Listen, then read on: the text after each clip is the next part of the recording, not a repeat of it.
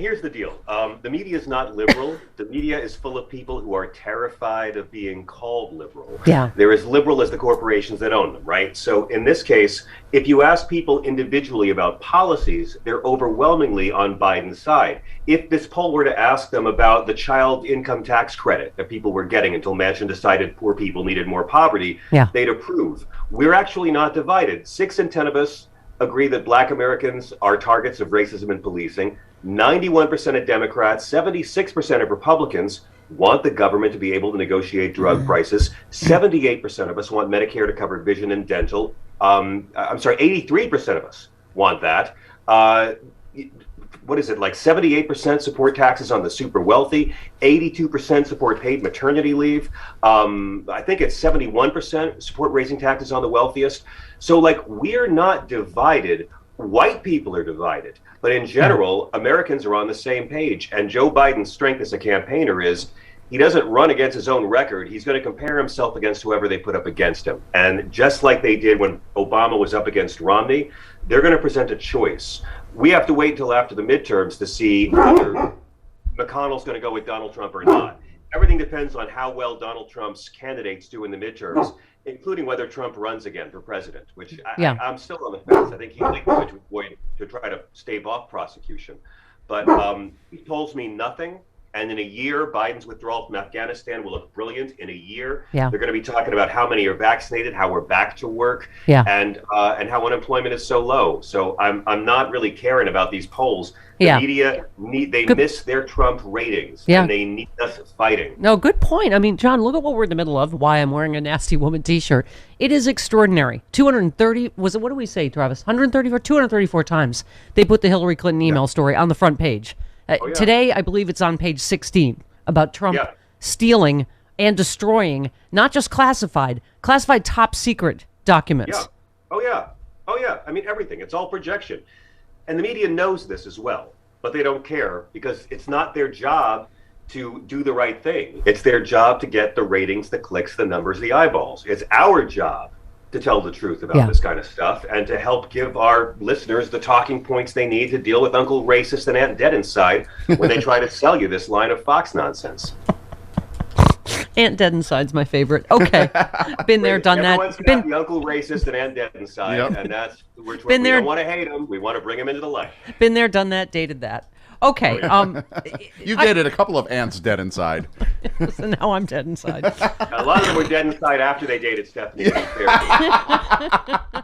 So to me, that seems like kind of an, as you know, someone with a show and a platform and believes in the First Amendment, like you and I are, John. We're not for canceling anybody. I'm not, always calling for people to be. Cancel culture. There is no cancel. And first of all, like we said with Rush Limbaugh, he's not going to get canceled. He makes $100 million a year. Who is it? Rumble offered him another contract to leave for $100 million, like the $100 million he's getting from Spotify. So, but again, I wish he would take Howard's advice. I think that's an elegant solution. Just say, look, this is life and death. This is fire in a crowded theater. Get vaccinated or you're going to... I mean, I think that's a great idea.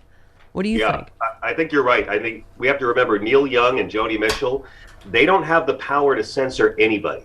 And if Spotify dropped Joe and his entire show and deleted every episode, he still would not be censored. He'd be able to still do everything he wants. We're not just up against the disinformation. We're up against the perpetual Republican white victim narrative that we're all dealing with, where everything's against the white man.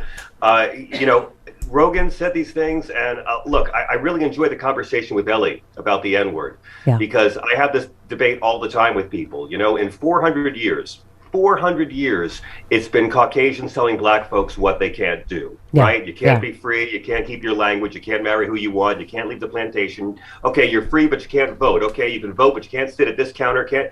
In 400 years, black folks have asked white people not to do one thing. One word. Don't say that word, please. And I know it's hard, white people. I know it's so hard. And the amount of white people furious. Well, why are the rappers allowed to say it? No, I'm not allowed. Just shut up, white people. My God.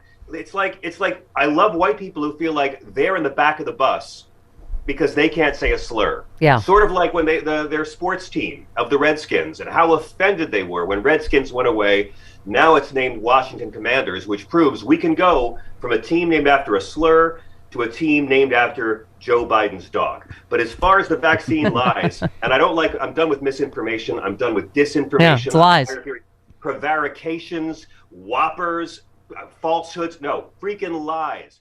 Howard is a great example. I was on Dan Abrams' show last night, and I talked about Howard. Howard's a guy who was every bit as vulgar and envelope pushing and offensive and shocking for shock's own sake 30 years ago. And guess what? He's grown. He's gotten into therapy. He supported Hillary. He's lost a lot of fans. He's still filthy, but he's grown as a man. Yeah. And he doesn't do that racist stuff anymore.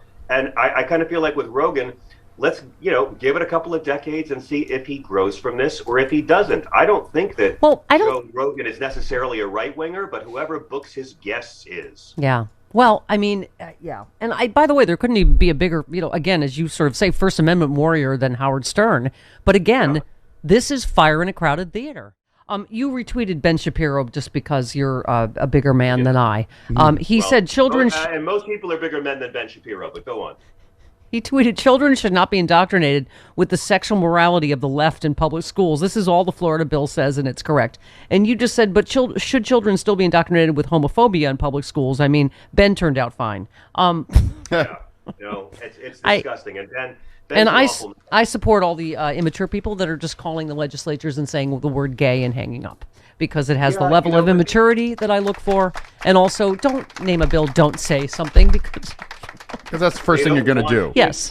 They don't want kids to be taught about racism, but kids can experience racism. Yeah. They don't want kids to be taught that homophobia is bad, but kids can still experience homophobia. They don't want the truth about January 6th to come out, but we all went through January 6th.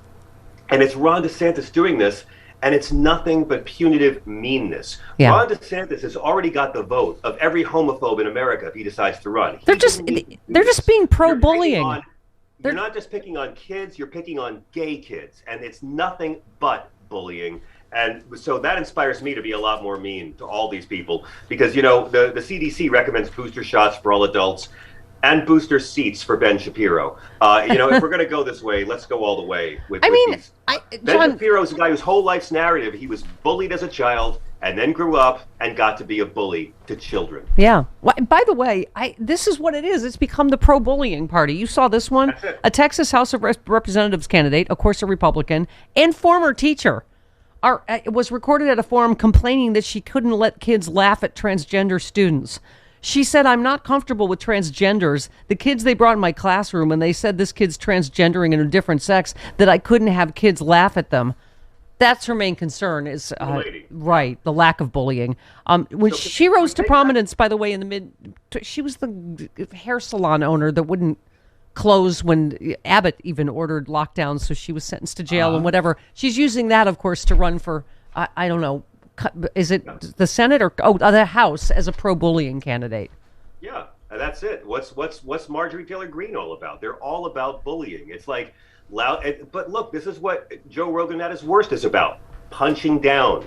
Mm-hmm.